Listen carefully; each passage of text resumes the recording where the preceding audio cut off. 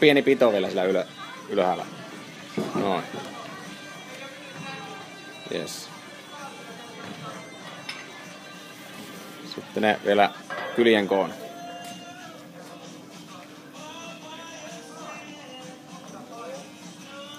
Mikä siitä lasku alas. Op.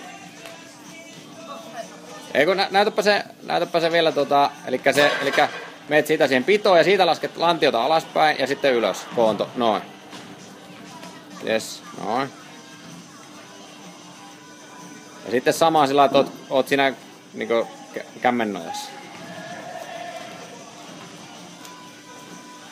Siinä voi pitää jalkoja peräkkäin, niin se voi olla helpompi. Noin. Yes.